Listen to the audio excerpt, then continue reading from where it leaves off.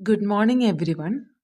ഇന്ന് നമ്മൾ ഡിസ്കസ് ചെയ്യാൻ പോകുന്നത് PSC എക്സാംസിന് വളരെ ഇമ്പോർട്ടൻ്റ് ആയിട്ടുള്ള കുറച്ച് കറണ്ട് അഫയേഴ്സ് ആണ്.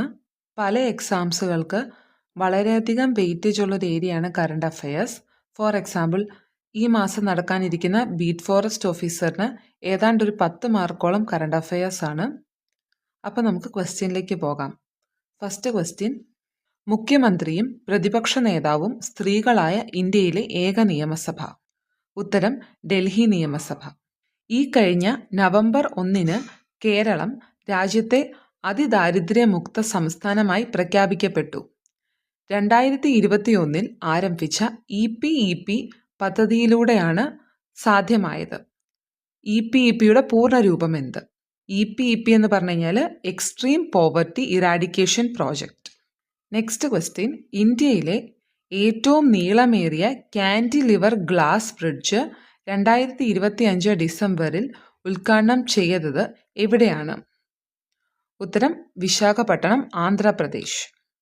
അപ്പോൾ ഇന്ത്യയിലെ ഏറ്റവും നീളമേറിയ കാൻറ്റിലിവർ ഗ്ലാസ് ബ്രിഡ്ജ് എവിടെയാണ്? വിശാഖപട്ടണം. നാലാമത്തെ ക്വസ്റ്റ്യൻ: ഇന്ത്യയുടെ പ്രതിരോധ മേഖലയ്ക്കായി അലാസ് AI as a സർവീസ് എന്ന പേരിൽ തദ്ദേശീയ കൃത്രിമ ബുദ്ധി സാങ്കേതിക വിദ്യ ആദ്യമായി വികസിപ്പിച്ചെടുത്ത സ്റ്റാർട്ടപ്പ് ഏതാണ്? ഉത്തരം: ന്യൂറാലിക്സ് AI. അപ്പോൾ ആ സ്റ്റാർട്ടപ്പിൻ്റെ പേരെന്താണ്? ന്യൂറാലിക്സ് AI. 5. ഇന്ത്യയിൽ ആദ്യമായി വാട്ടർ പോസിറ്റീവ് പദവി കൈവരിച്ച വിമാനത്താവളം ഏത്? ഉത്തരം: ഡൽഹി ഇന്ദിരാഗാന്ധി ഇൻ്റർനാഷണൽ എയർപോർട്ട്. ആറാമത്തെ ക്വസ്റ്റ്യൻ: ഇന്ത്യയും മാൽദ്വീപും ചേർന്ന് നടത്തുന്ന 14ാമത് സംയുക്ത സൈനിക അഭ്യാസമായ എക്സസൈസ് എക്വേറിയൻ എവിടെയാണ് നടത്തുന്നത്? ഉത്തരം: തിരുവനന്തപുരം. അപ്പം എക്സസൈസ് എക്വേറിയൻ നടത്തുന്നത് തിരുവനന്തപുരത്താണ്. നെക്സ്റ്റ് ക്വസ്റ്റ്യൻ: പഞ്ചാബ് നാഷണൽ ബാങ്കിൻ്റെ ആദ്യത്തെ വനിതാ ബ്രാൻഡ് അംബാസിഡറായി നിയമിതയായത് ആര്? ഉത്തരം: ഹർമൻപ്രീത് കൗർ.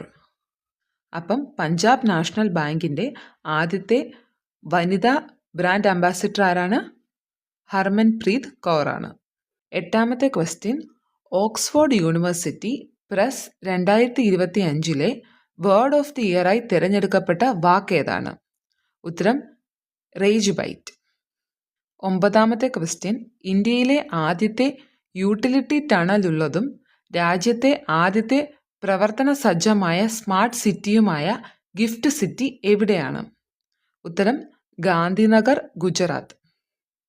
പത്താമത്തെ ക്വസ്റ്റ്യൻ: ഇന്ത്യയിലെ ആദ്യത്തെ നാഷണൽ കോറൽ റിഫ് റിസർച്ച് ഇൻസ്റ്റിറ്റ്യൂട്ട് എവിടെയാണ് സ്ഥാപിക്കുന്നത്? ഉത്തരം: ആൻഡമാൻ ആൻഡ് നിക്കോബാർ ദ്വീപുകൾ. 11ാമത്തെ ക്വസ്റ്റ്യൻ: രാജ്യത്തെ ഗവർണർമാരുടെ ഔദ്യോഗിക വസതിയായ രാജ്ഭവനുകൾ ഇനി മുതൽ ഏത് പേരിലാണ് അറിയപ്പെടുക? ഉത്തരം: ലോക് ഭവൻ. അപ്പോൾ ഇനി മുതൽ രാജ്ഭവൻ അറിയപ്പെടുക ലോക് ഭവൻ എന്നായിരിക്കും. 12ാമത്തെ ക്വസ്റ്റ്യൻ: ഗോവ രാജ്യാന്തര ചലച്ചിത്രമേളയിൽ മികച്ച ചിത്രത്തിനുള്ള സ്വർണ്ണ മയൂരം ഗോൾഡൻ പീകോക്ക് നേടിയ സിനിമ ഏത്? ഉത്തരം: സ്കിൻ ഓഫ് യൂത്ത്. 13ാമത്തെ ക്വസ്റ്റ്യൻ: ഇന്ത്യയിൽ ഏറ്റവും കൂടുതൽ ഭൗമസൂചിക GI ടാഗ്സ് അംഗീകാരം ലഭിച്ച ഉൽപ്പന്നങ്ങളുള്ള സംസ്ഥാനമേത്? ഉത്തരം: ഉത്തർപ്രദേശ്. 14ാമത്തെ ക്വസ്റ്റ്യൻ: 2026 G20 ഉച്ചകോടിക്ക് വേദിയാകുന്ന അമേരിക്കൻ നഗരം ഏതാണ്? ഉത്തരം: മയാമി. നെക്സ്റ്റ് ക്വസ്റ്റ്യൻ: പ്രളയബാധിതരായ ശ്രീലങ്കയ്ക്ക് അടിയന്തര സഹായം എത്തിക്കാനായി ഇന്ത്യ ആരംഭിച്ച രക്ഷാദൗത്യത്തിൻ്റെ പേരെന്താണ്? ഉത്തരം: ഓപ്പറേഷൻ സാഗർ ബന്ധു. 16ാമത്തെ ക്വസ്റ്റ്യൻ: ഗ്ലോബൽ ഫിനാൻസ് മാഗസിൻ ലോകത്തിലെ മികച്ച ഉപഭോക്തൃ ബാങ്കായി തിരഞ്ഞെടുത്ത ബാങ്ക് ഏത്? ഉത്തരം: SBI, state bank of India.